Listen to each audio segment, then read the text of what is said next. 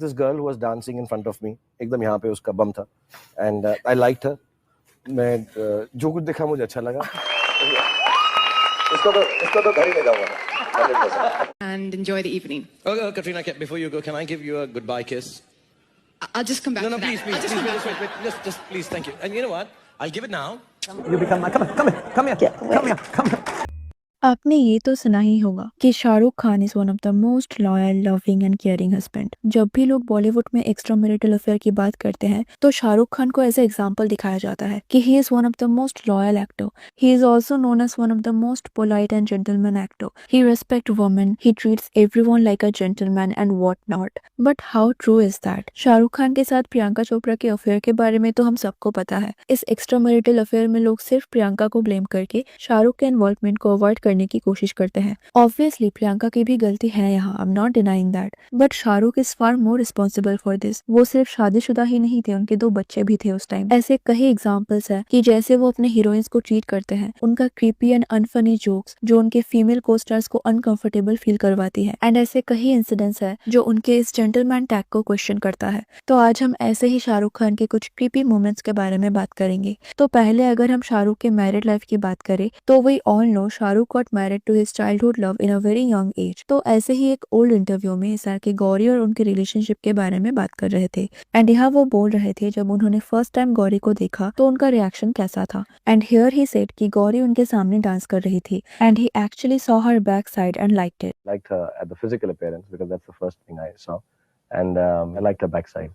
इस इंटरव्यू को देख के ना मुझे हार्दिक पांड्या का ये स्टेटमेंट याद आ गया था। How they move. Yeah, how they move. Yeah. As I said, I'm little from black side, no, so I have to see how they move first. Anyways, even तो शाहरुख यहाँ अपनी ही वाइफ के बारे में बात कर रहे थे, बट आई थिंक बिकॉज आप नेशनल टेलीविजन पे अपनी ही वाइफ के बारे में बोल रहे हो तो आपको थोड़ा रिस्पेक्टफुल होना चाहिए था। क्योंकि इमेजिन अगर यहाँ शाहरुख की जगह रणबीर होते एंड रणबीर यहाँ बोलते कि मैंने फर्स्ट टाइम आलिया को पीछे से देखा था डांस करते हुए और उनका बैक साइड मुझे अच्छा लगा था, तो ये सुनने में कितना क्रीपी लगता। But just because he Shahrukh Khan तो लोग इस चीज को इग्नोर करते हैं। ऑल्सो इसी इंटरव्यू में ही मेंशन्ड कि इस टाइम गौरी 14 ईयर्स की थी एंड ही वाज 18। तो ये बोलते टाइम उन्हें ये भी ध्यान में रखना चाहिए था that he is talking about a minor girl. अब बात करते हैं शाहरुख एंड प्रियंका के अफेयर के बारे में। शाहरुख एंड प्रियंका साथ में डॉन मूवी में काम कर रहे थे। अब इस टाइम तो उनके अफेयर का कोई न्यूज नहीं था, बट अराउंड 2009-10 जब डॉन 2 का शूटिंग स्टार्ट हुआ उस टाइम एसआरके एंड प्रियंका के अफेयर का रूमर्स आने लगे। अब इस शाहरुख एंड प्रियंका का जो अफेयर है उसको कुछ लोग अभी भी प्यार स्टंट बोलते हैं, बिकॉज जैसा कि हमें पता है कि जब भी कोई मूवी रिलीज होता है तो उनके लीड एक्टर्स के बीच डेटिंग रूमर्स दिखाया जाता है ताकि मूवी को अटेंशन मिले। बट अगर हम इस सिचुएशन में देखें तो एक्चुअली क्या शाहरुख को कोई भी प्यार स्टंट की जरूरत है?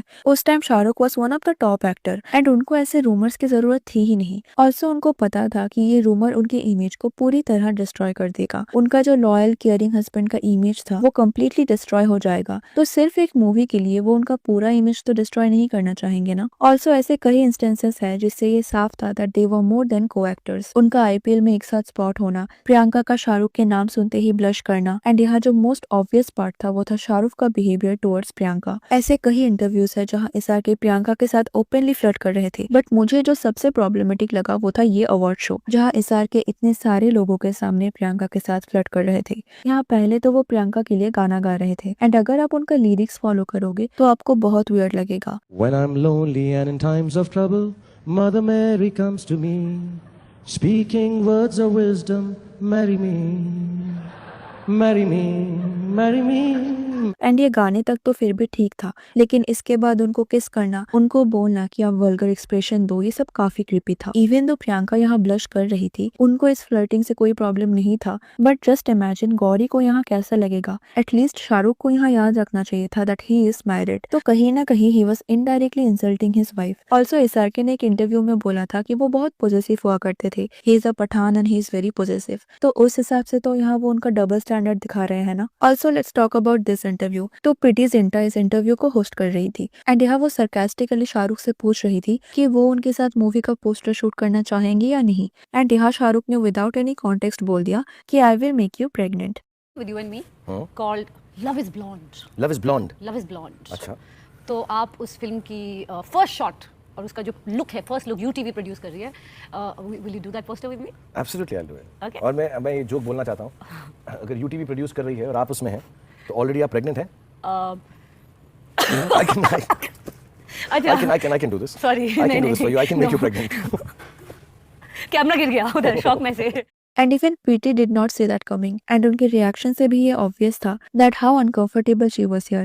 Also इसी इंटरव्यू में शाहरुख abusive language का यूज करने को नॉर्मलाइज कर रहे थे एंड वो बोल रहे थे कि कैसे मुंबई के लोगों को गाली देना बिल्कुल भी नहीं आता. I mean I know these are very normal stuff, but come on, he is an actor. कितने यंगस्टर्स उनको इंस्पिरेशन मानते हैं एंड वो यहाँ माँ बहन के गाली को नॉर्मलाइज कर रहे हैं. एंड ऐसे ही मजाक मजाक में जोक्स के नाम पे शाहरुख ने कई प्रॉब्लमेटिक स्टेटमेंट दिया है एंड उन्होंने अपनी फीमेल को स्टार्स को अनकंफर्टेबल फील करवाया है. जैसे अगर आपको याद हो तो शाहरुख एक शो होस्ट करते थे जिसका नाम था क्या आप 5वीं पास से तेज है एंड इसी शो का एक एपिसोड था जहाँ पे रानी मुखर्जी और करण जौहर थे एंड यहाँ पे एक सीन था जहाँ शाहरुख का इमेज दिखाया जाता है where he was sleeping and यहाँ इस पिक्चर को देखते हुए रानी ने बोला कि शाहरुख सोते हुए बहुत अच्छे दिखते हैं एंड शाहरुख ने यहाँ भी एक वियर्ड सा जोक किया जहाँ उन्होंने बोला she should sleep with him. Shahrukh looking so good while sleeping है. मैं सोते हुए बहुत सुंदर लगता हूँ. रानी कभी मेरे साथ सो तो तुम्हें मालूम पड़े.